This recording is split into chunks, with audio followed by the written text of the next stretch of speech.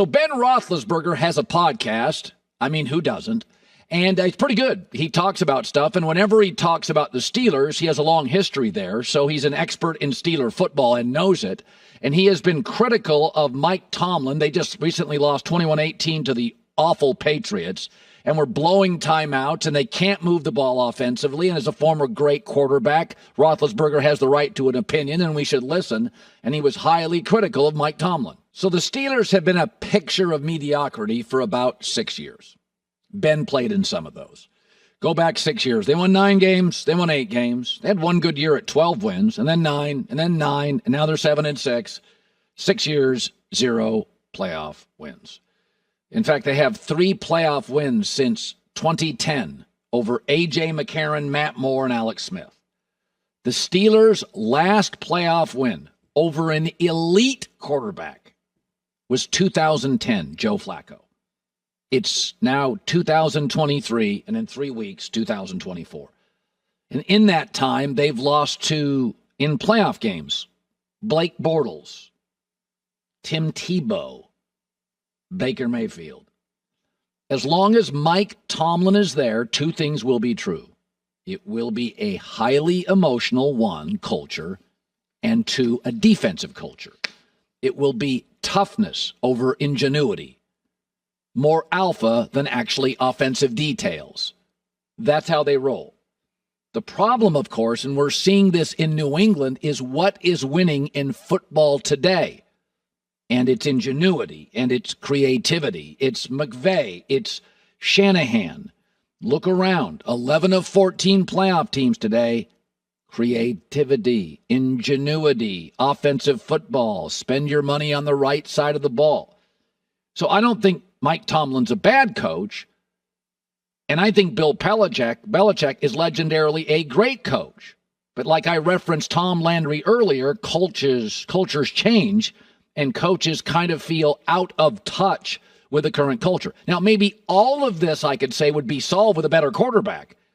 But at the end, with Big Ben, who's a Hall of Famer, it wasn't pretty either. They weren't winning playoff games. They were losing to Tebow, Baker, Blake Bortles.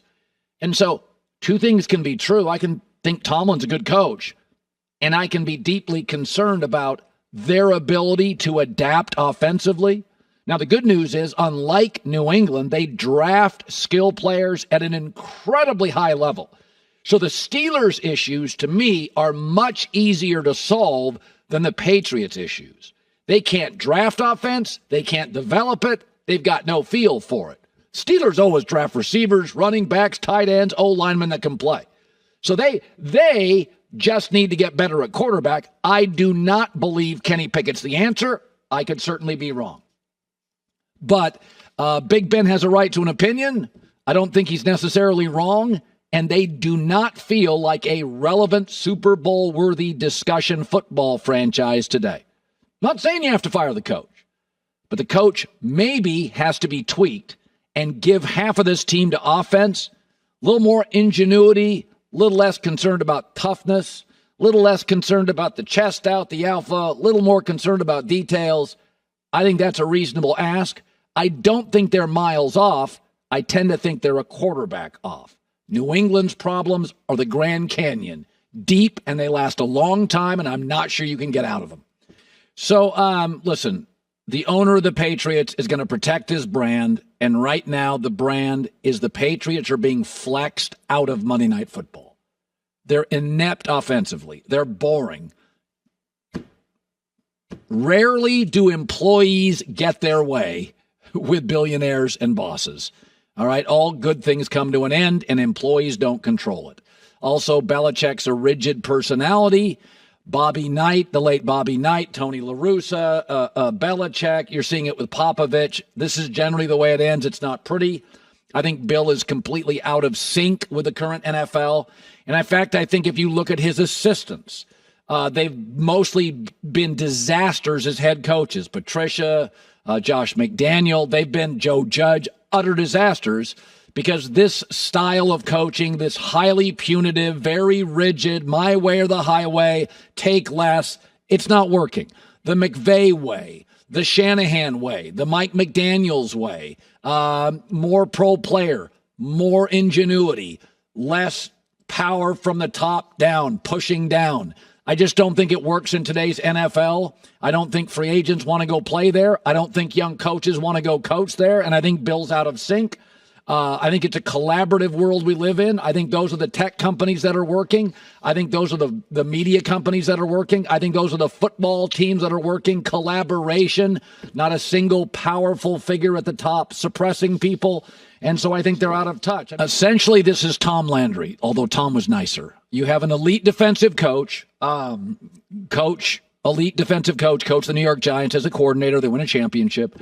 Then he goes on, struggles in his first season as a head coach, right? Like Belichick was 11, with the Browns, he struggled. And then Landry apparently was 7-7 his sixth year with the Cowboys, a struggle. Then they get a great quarterback. Bill got Brady and Tom Landry got Roger Staubach. And then they go on this 20-year historic run. And then it ends ugly when that quarterback kind of leaves. Landry at the end went 7-9, 7-8, 3-13 and got fired.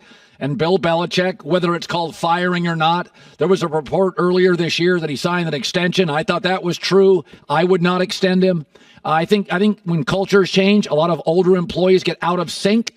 It's why it's very important. My wife always says this, to stay current with technology, stay current with cultural trends. Bill hasn't. So he's still grumpy. He's tone deaf. He can't draft and develop. It's time. And I also think, and I said this last year and the year before, they're boring. They're being flexed off television. And Robert Kraft, believe it or not, has more influence over the TV deals than any other owner. He's often the owner that deals with TV networks. He's the kind of, I don't know if you call it a go-between, but there's Goodell, there's Kraft, they call the networks, they tell you what you're going to pay. So it matters to Bill, and when you're getting to Robert Kraft, and when you're getting flexed off Monday Night Football as an owner, it's embarrassing. Owners don't like to be embarrassed. Billionaires don't like to be embarrassed. So I think it's time. And it does. I will say this. For players like Michael Jordan, the Wizard years do not affect, to me, his legacy. Brett Favre, the Jets year, does not really affect his legacy.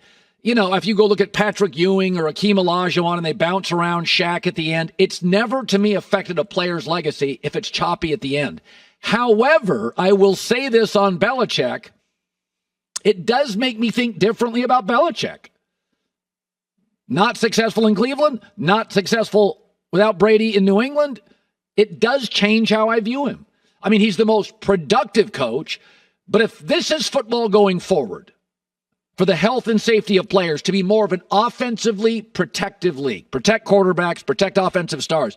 If this is the next 30 years of football while I live, I don't view Belichick the same. I do view Michael Jordan the same, despite 2 or 3 years with the Wizards. It had no effect. But it does with coaches if you don't age well.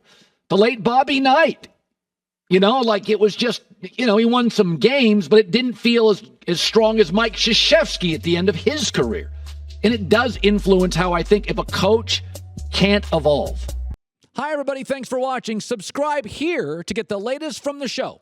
Also, be sure to check out more of the best clips from The Herd or go watch a few segments from other shows on FS1.